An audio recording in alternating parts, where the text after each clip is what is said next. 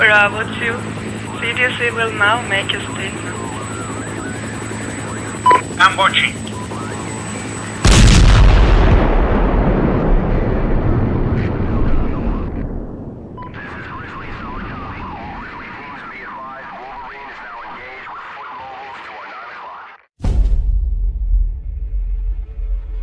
Hazırlanabileceğimiz bir sürü acil durum var.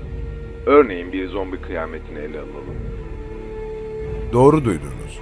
Zombi kıyameti dedim. Şimdi gülebilirsiniz ancak bu olduğunda mutlu olacaksınız. Bunu dinliyorsanız belki de gerçek bir acil durumla karşılaştığınızda ne yapmanız gerektiği hakkında birkaç şey öğrenebilirsiniz.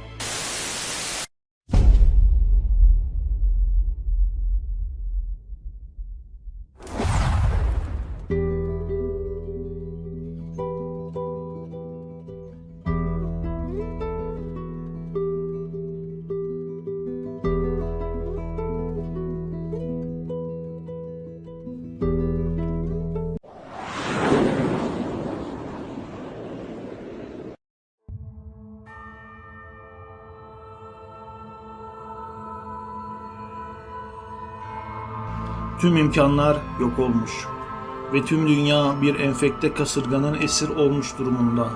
Ancak siz kurtarabilirsiniz.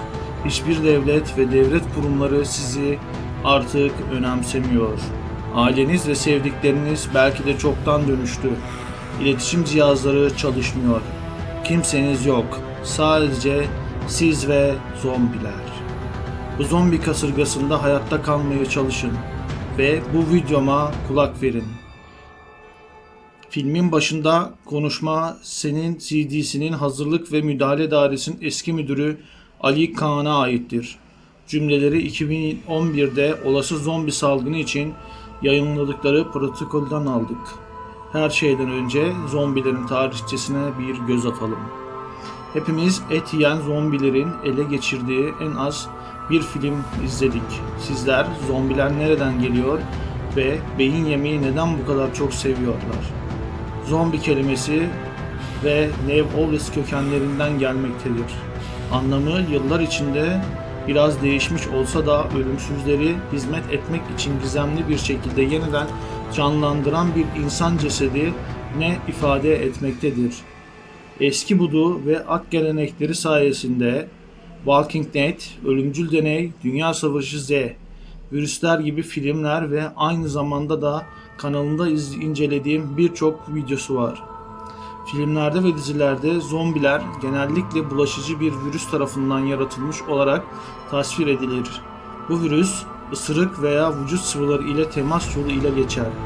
Hartford psikiyatrist istemiş yaşayan ölüler gecesinde sondan zombiler hakkında tıbbi bir makale yazdı. Ve bu durumda bulaşıcı bir virüsten neden olduğu akastiks neratolojitif doyma eksikliği sanırım olarak bahsetti.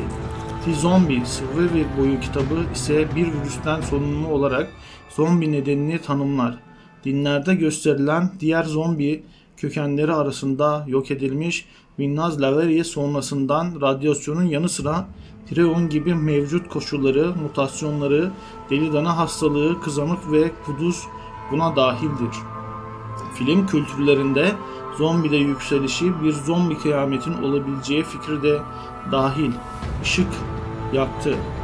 Böyle bir senaryoda zombiler şehri sokaklarında dolaşırken yollarına çıkan her şeyi yiyecek, tüm ülkeleri de ele geçireceklerdi.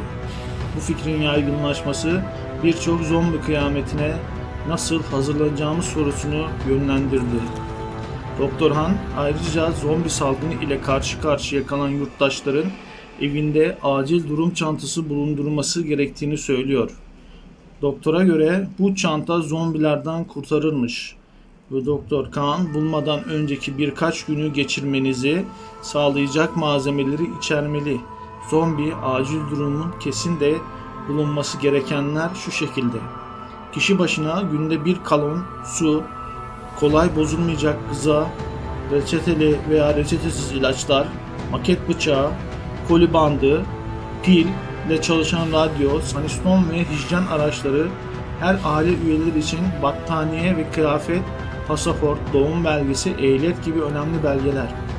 kesikler ve ısırıklar gibi temel yaraları tedavi etmek için ilk yardım malzemeleri, acil durum yanı sıra yurttaşların yaşadıkları bölgelerde deprem veya seller gibi acil durumlardan hangilerinin meydana gelebileceğini öğrenmesi ve önemli, böylece kişilerin aileleri ile birlikte güvenli toplanabileceği veya insanları tahliye edebileceği bir buluşmayı seçebilmesi mümkün hale gelebilir.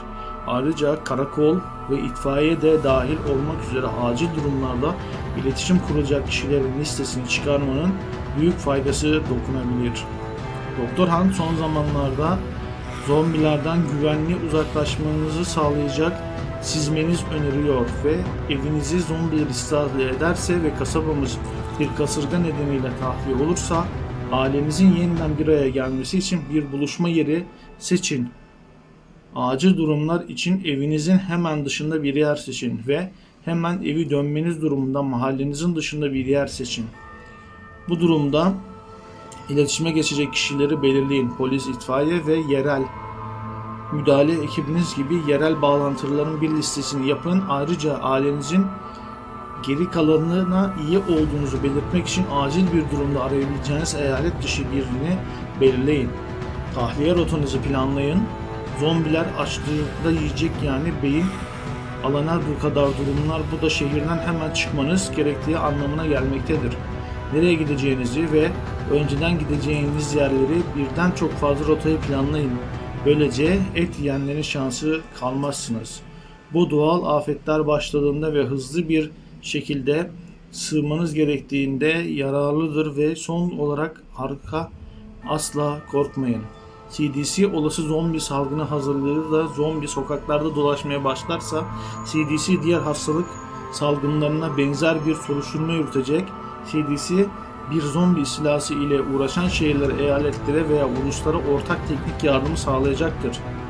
Bu yardım, konsültasyon, laboratuvarlar testi ve analizi, aslı yöntemi ve bakımı teması, kişilerin izlenmesi ve enfeksiyon kontrolü yani izolasyon ve karantinayı da içerebilir.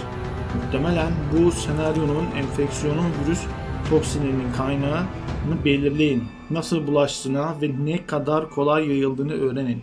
Buluşma ve böylece daha kolay bölgeyi önleme ve hastalıkların en iyi nasıl tedavi edilebileceğini öğrenme, bu şekilde sağlayabileceğiniz sadece bilim adamları zombi salgını nedeniyle ve tedavisine belirlemek için çalışmak ve kalmayacağın aynı zamanda CDC ve diğer federal kurumlar etkilenen bölgelere yardım etmek için tıbbi ekipler ve ilk müdahale ekipleri göndereceklerdir.